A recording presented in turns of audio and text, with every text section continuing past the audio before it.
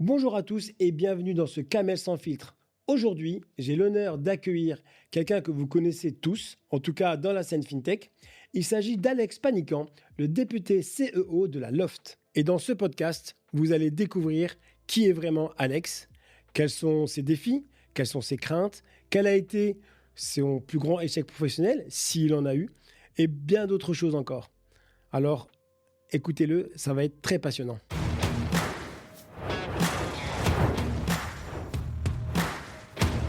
Where sustainability and social welfare are at the core of our concerns, where technological lead Luxembourg.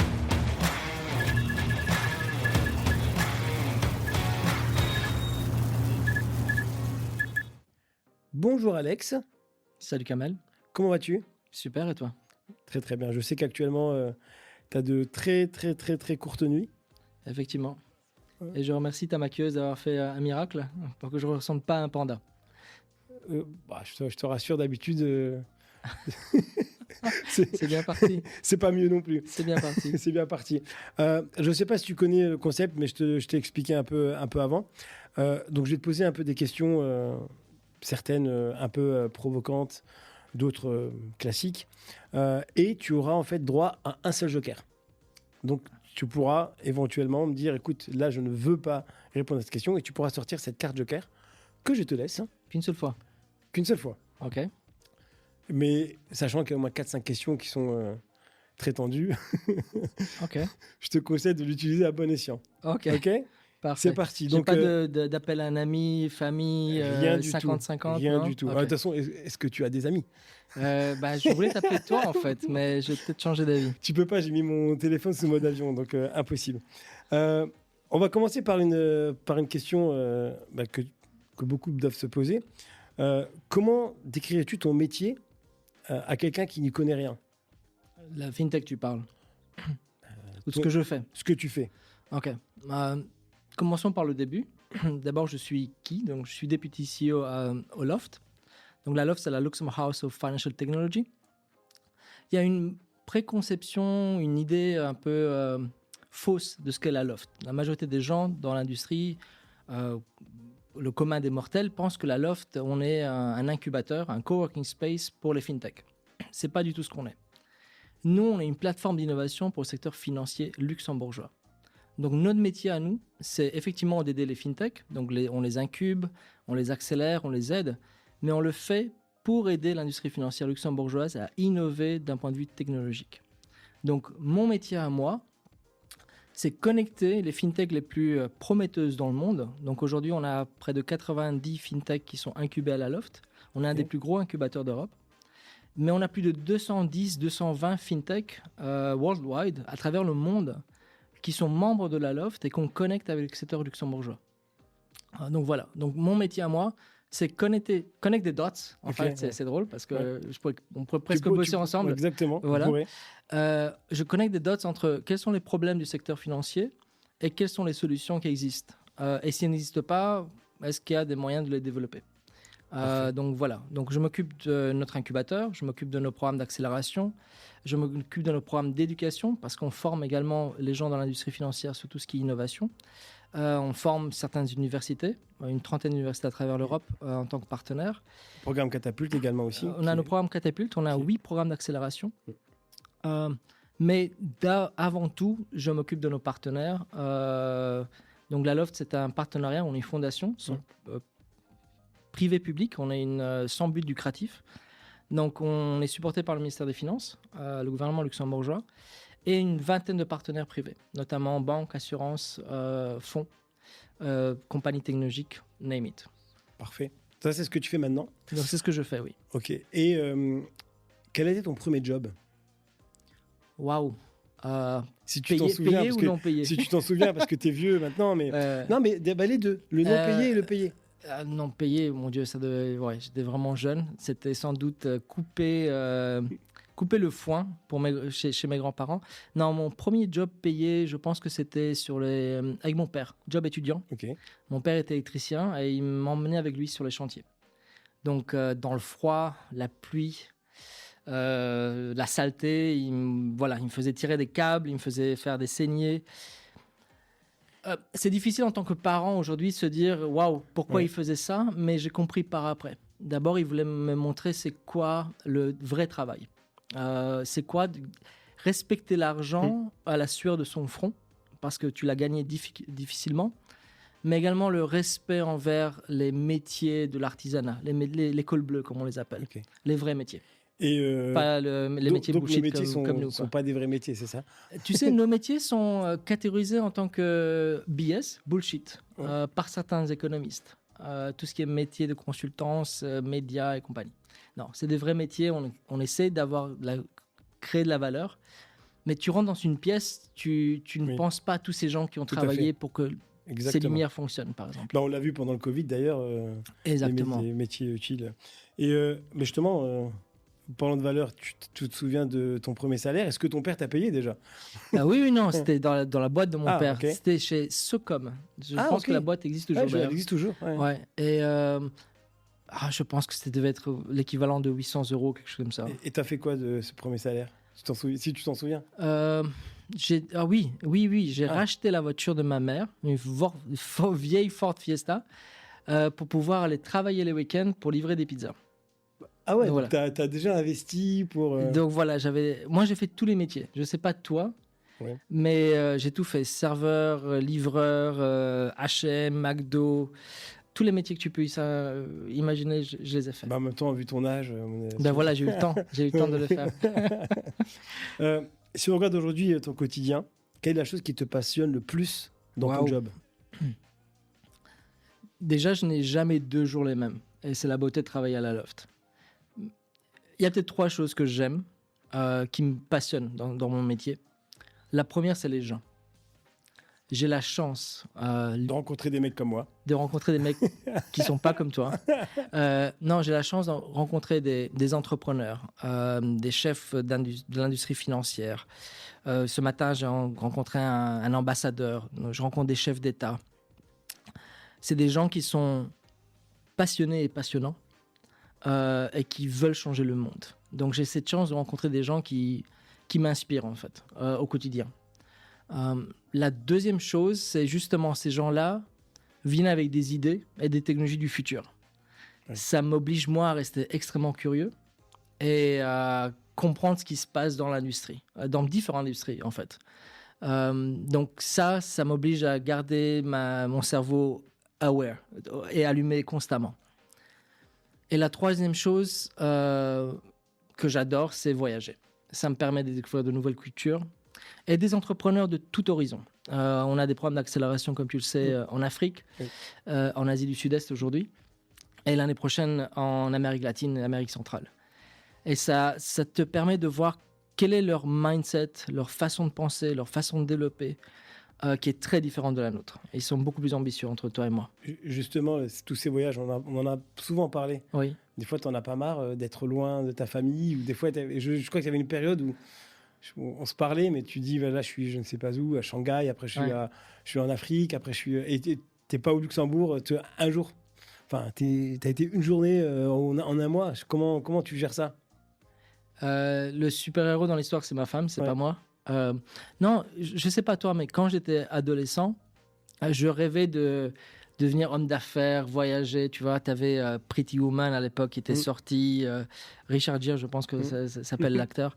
Je me dis, waouh, quelle vie, toujours être dans l'avion. Mais on n'avait pas d'argent pour voyager. On n'avait pas d'argent pour voyager.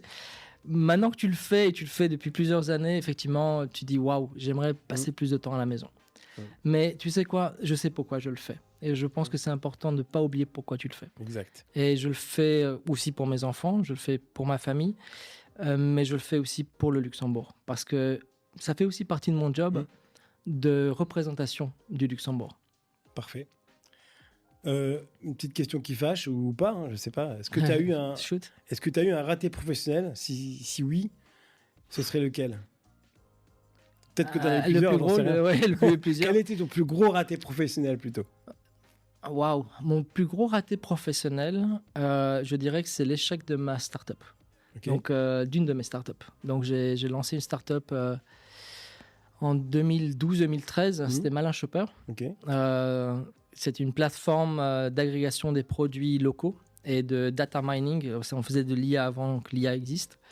Et ça, c'était le fait que tu dois fermer ta société, virer des gens. On avait, t'avais des près de employés 9 personnes qui travaillaient pour nous. Ça, c'était extrêmement, extrêmement douloureux. Et je pense que c'était... tu sais, on dit toujours, c'est pas un échec, c'est un apprentissage. Mais ça fait mal et... ouais, je pense que j'en souffre encore, peut-être. Donc, ça veut dire que si c'était à refaire, est-ce que tu penses que tu referais la même erreur ou qu'est-ce que tu changerais? Oh, je changerais plein de choses. D'abord, je me changerais moi, parce que je pense qu'il faut d'abord avoir un certain extreme ownership de tes échecs. C'est d'abord ton problème. Non, ma façon de gérer l'entreprise, le focus beaucoup plus sur les ventes. Et c'est ce que j'essaie de transmettre aujourd'hui à nos entrepreneurs à la Loft, l'importance de la vente. Oui. Alors, ça va répondre peut-être à ma prochaine question, mais est-ce que tu t'es déjà arrivé de te dire « je ne suis pas à la hauteur pour ce poste » Non, jamais. Même Non, à l'époque de Malin Chopper. non, parce que j'étais jeune et con. Non, je pense qu'on n'est pas avec la science infuse. Et je pense que tout s'apprend. Et je pense qu'une des qualités qu'il faut avoir dans la vie, c'est la capacité d'apprendre et d'accepter que tu ne connais pas les choses. Une fois que tu comprends que tu ne connais pas, tu apprends.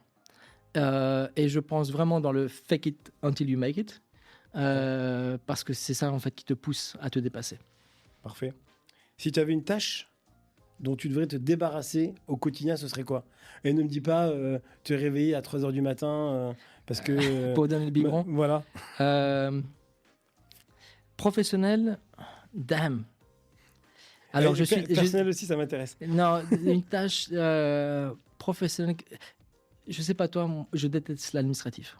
Ouais. Et en ma qualité de député CEO, je dois revoir les contrats, je dois revoir les MOU, je dois tout ce qui est administratif, je dois revoir, relire. Si je pouvais m'en passer, je m'en passerais. Mais bon, c'est une responsabilité qui est importante. Il faut le faire, donc je le fais. Mais je sais pas, toi, t'adores les trucs administratifs? Ah non, l'administratif, c'est ma bête noire. Et mon équipe le sait. Et moi aussi, mon équipe le sait. Et pas que mon équipe le sait, je pense que le monde entier le sait. Donc voilà. Alors, effectivement, tu es dans la fintech, dans la finance, dans la tech également. Mais plus globalement, justement, dans la communauté tech, qu'est-ce que tu détestes le plus? Est-ce qu'il y a une chose que tu n'aimes pas? Tiens, s'il y avait une chose à changer dans la communauté tech, ce serait ça. Waouh, détester, je crois que c'est un mot fort. Ouais. J'ai quelques frustrations. Ok. L'une de mes principales, c'est pas seulement dans le domaine tech, c'est un peu dans où va la société. Aujourd'hui, ce que tu fais n'a pas autant d'importance que le bruit que tu fais. Et je dis souvent à nos entrepreneurs, entrepreneurship is not a popularity contest. L'entrepreneuriat n'est pas un concours de popularité. Parce que j'ai fait cette erreur. Je pensais qu'en étant dans tous les magazines, d'avoir les photos, de gagner des prix, ça allait m'aider. C'est pas le cas. J'aurais dû passer du temps avec mes clients, avec mes fournisseurs et avec mon équipe. Et aujourd'hui, c'est drôle parce que j'enseigne le marketing digital, j'enseigne les réseaux sociaux, mais je pense qu'on donne beaucoup trop d'importance aux réseaux sociaux, justement. Les gens postent sur tout ce qu'ils ne font pas et tout ce qu'ils ne devraient pas faire. Et des fois, on croit beaucoup de choses dans les réseaux sociaux et qui sont peut-être même pas vraies. Et je remarque que les personnes que je respecte réellement, qui ont le plus d'impact, parce que c'est une question d'impact dans la vie, ne sont pas présents sur les réseaux sociaux. Ils ne sont pas visibles parce qu'ils sont trop occupés to get shit done. Et je pense que ça, c'est une frustration que je vois dans le domaine tech, c'est en fait, on manque d'ambition. On cache son manque d'ambition en postant des choses qui sont banales, au lieu de faire des choses qui peuvent changer le monde. Très bien. Là, une question, si tu avais le pouvoir de ne plus jamais travailler avec une personne, ce serait qui? Oh gosh. J'ai quelques flashs, mais je regarde le Joker. Non, mais, ok. Non, mais alors... si t'as un nom. Non. Joker pour le nom. Joker pour le nom. Donc c'est un demi-joker, c'est ça? C'est un demi-joker. À la Loft, on n'engage pas basé sur le CV. sur les skills ou l'expérience seulement. On engage sur l'attitude. D'ailleurs, on engageait des gens à des postes très importants à la Loft qui n'avaient pas le CV nécessaire, qui n'avaient pas les études nécessaires, mais parce qu'ils avaient l'attitude nécessaire. Et j'ai la chance aujourd'hui d'avoir une équipe et de travailler avec des gens que je respecte parce qu'ils ont cette attitude. Ce qu'on fait, on le fait par vocation. On ne cherche pas les mercenaires, on engage les patriotes. Ce que nous, on fait à la Loft, on le fait pour le pays. On le fait pour le bien du secteur financier luxembourgeois et on le fait pour le bien du Luxembourg à long terme. On travaille 12 heures, parfois 16 heures par jour. On a des calls parfois à 4 heures du matin. D'autres fois, on a des calls jusqu'à 10 heures du soir. Mais on sait pourquoi on le fait. On le fait pour le pays. Et c'est un mindset que tout le monde n'a pas. Et heureusement, aujourd'hui, à la Loft, les gens qui sont là, ils ont ce mindset. Je ne sais pas si ça répond à ta question, je ne donnerai pas de nom. Mais les gens qui n'arrivent pas à suivre le pas, la dynamique. Je vais regarder la liste de tous ceux qui ne sont plus à la Loft. Généralement, les gens là sortent parce qu'ils sont chez nous pour les mauvaises raisons. Ouais. Parfait. Maintenant, côté fournisseur ou partenaire, est-ce qu'il y a quelqu'un avec qui tu as juré de ne plus collaborer? Non, pas du tout. Non. Parce qu'il ne faut jamais dire jamais. Il faut dire jamais. Dans le business, il faut rester lucide. Il ne faut jamais fermer les portes, il ne faut jamais brûler des ponts. Donc non, jamais eu de problème avec des fournisseurs ou des partenaires. Et à l'inverse, y a-t-il quelqu'un avec qui tu rêverais de collaborer, mais pour l'instant, tu n'as pas fait ou qui a refusé Oui, peut-être. Pas refuser de collaborer. Oui. T'as pas trouvé les bons terrains d'entente pour l'instant? Non, je pense que c'est une question de temps. Il y a des gens que j'aimerais beaucoup travailler plus avec. Je travaille un peu avec, mais ils n'ont pas le temps nécessaire. Et je pense à des gens comme moi, comme toi, par exemple. J'aimerais te voir plus souvent. Non, des gens comme OneSock ou Frank Schmidt. C'est des mentors qui m'ont beaucoup aidé dans ma vie. Mais c'est des personnes que tu verras jamais sur LinkedIn. Trop occupées. Mais qui font énormément de bonnes choses. Ouais. Parfait. Comment fais-tu pour maintenir ces bonnes relations? Parce que tu es quelqu'un qui a de réputation, tu as toujours de très bonnes relations avec les partenaires, etc. C'est quoi ton secret pour maintenir ces bonnes relations? Si tu devais donner deux, trois tips à ce niveau-là. Waouh. Donc, comment maintenir une bonne relation avec un client partenaire? C'est quoi ton secret? Je pense à 3 choses. La première, on appelle ça la communication performante. C'est une technique que j'ai apprise chez Procter & Gamble. C'est justement Frank Schmidt qui me l'a apprise. C'est que tu dois toujours rester en contact avec tes partenaires.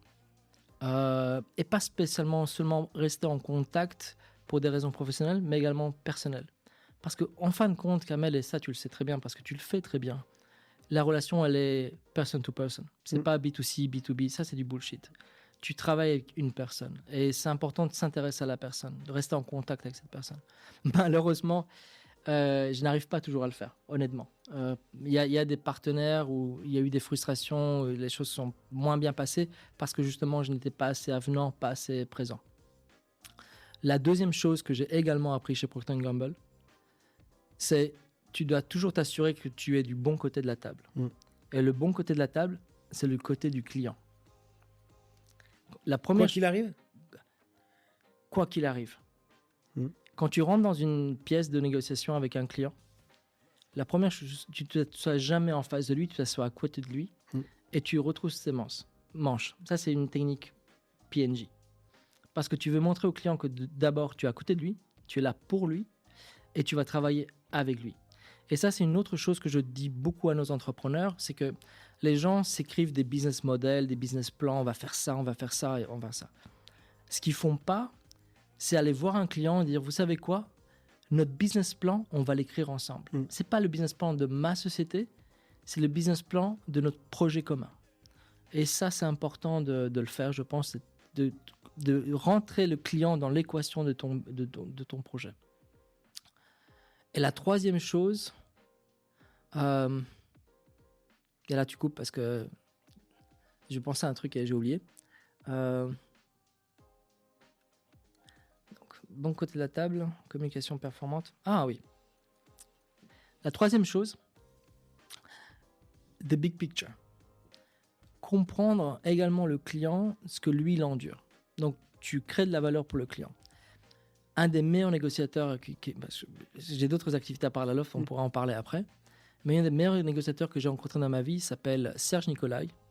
C'était le responsable achat de Cactus. Okay. Et aujourd'hui, il a la pension.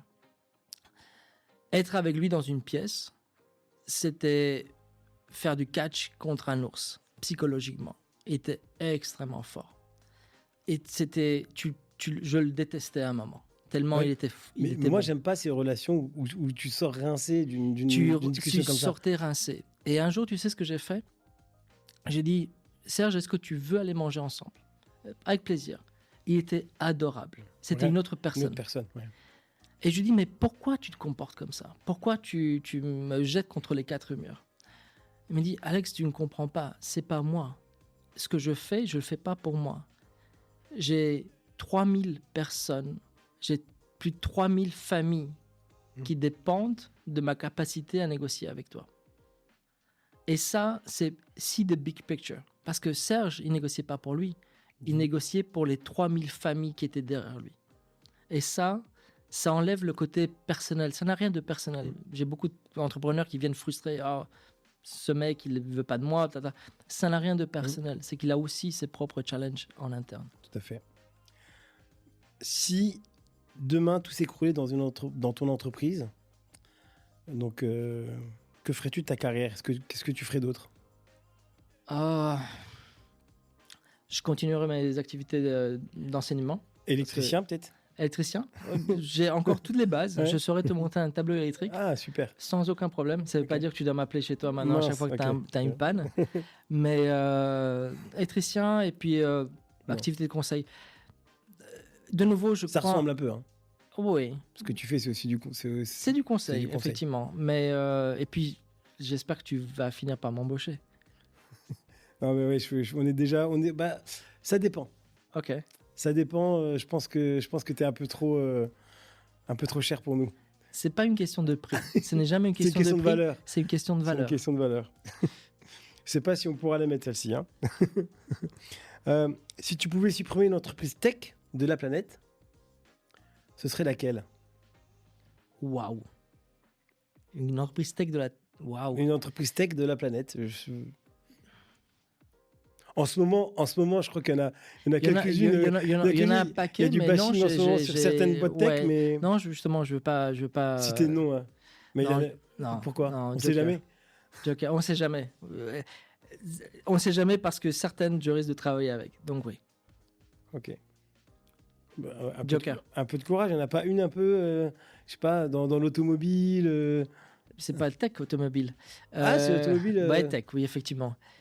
Non, je pense que les entreprises qui nous feront du mal, encore une fois, je mets ma casquette d'Européen, ce sont les entreprises principalement américaines. Tout ce qui est surveillance, tout ce qui est gestion de la donnée, qui travaillent pour la NSA, qui travaillent pour la CIA. Je ne donnerai pas de nom parce que justement, on risque d'avoir un partenariat avec eux. Mais bon. Non, mais après, c'est parce que c'est tendance actuellement de parler de ça, mais peut-être que dans quelques mois, effectivement, on oubliera et on parlera même plus de cela. Donc et toi cette question te propose. Écoute, j'ai eu une Tesla oui. quelques mois. Et je l'ai plus. Donc ça répond à ta question. Ok, parfait. Donc, et à quoi ressemblerait ta vie sans la tech? Est-ce que tu penses que tu serais plus heureux ou moins heureux si elle n'était pas là? Ça changerait absolument rien parce que c'est pas la tech qui me rend heureux. Ce qui me rend heureux, c'est les gens, comme je te dis. C'est ma famille, c'est mes enfants. Je suis de philosophie stoïque. Je ne sais pas si ça te parle, le stoïcisme. Dis-moi. Philosophie développée par les Grecs et surtout développée par les Romains. Marc Aurèle, le principal empereur romain, était stoïque. Okay. Oui, dis-moi. Non, qui était roumain, justement. Ouais. Qui n'était pas roumain, romain. Roumain. Je crois que tu dis roumain. Non, mais je sais, mais je te taquine. Parce que Alex est roumain aussi, il peut le dire aussi. Il y a plusieurs piliers dans la philosophie stoïque. Le principal pour moi, c'est ne pas oublier que tu vas mourir. La musique va s'arrêter de jouer bientôt. Et ça, c'est un rappel quotidien que je me donne. Tu n'as pas le droit d'être malheureux parce que tu as la chance d'être en vie.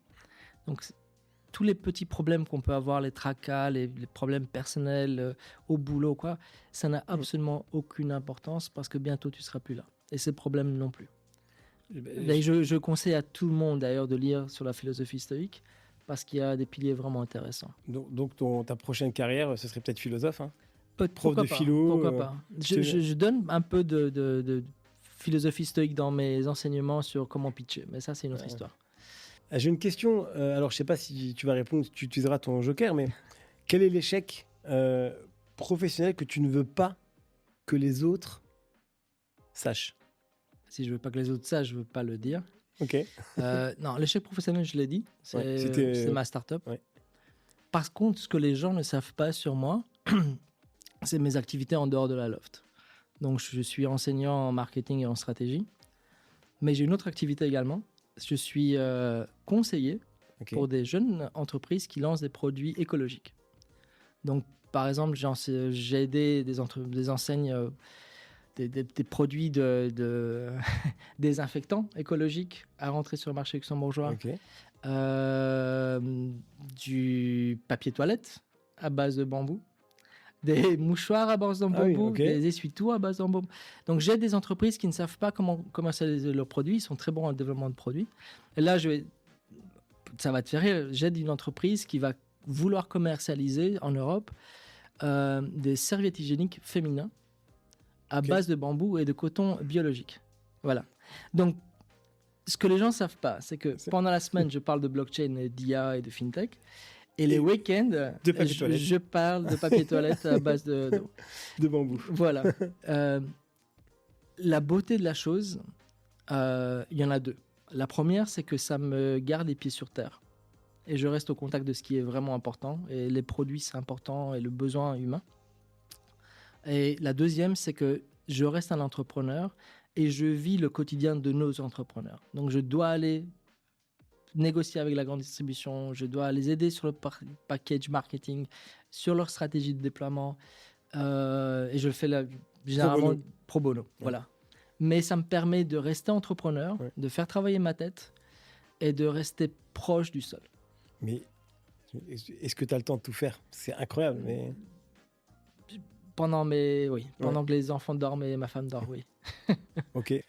Maintenant, dernière question. Que dirait ton entourage professionnel de toi si tu n'étais pas dans cette pièce? Je ne sais pas ce qu'ils diraient de moi, mais je sais ce que j'aimerais qu'ils disent. Qu'est-ce que tu aimerais qu'ils disent? Merci. Parce que c'est ce que moi, je leur dirais. Ben voilà, on a fini. Kamel, je te remercie beaucoup. Maintenant, moi aussi, j'ai des questions à te poser. Vous l'avez sans doute remarqué, ce premier podcast ne s'est pas terminé comme il aurait dû. Pour connaître la suite, il faudra patienter encore quelques semaines et écouter d'autres invités entre-temps. Car ce qui compte ici, ce n'est pas mon histoire, mais la leur.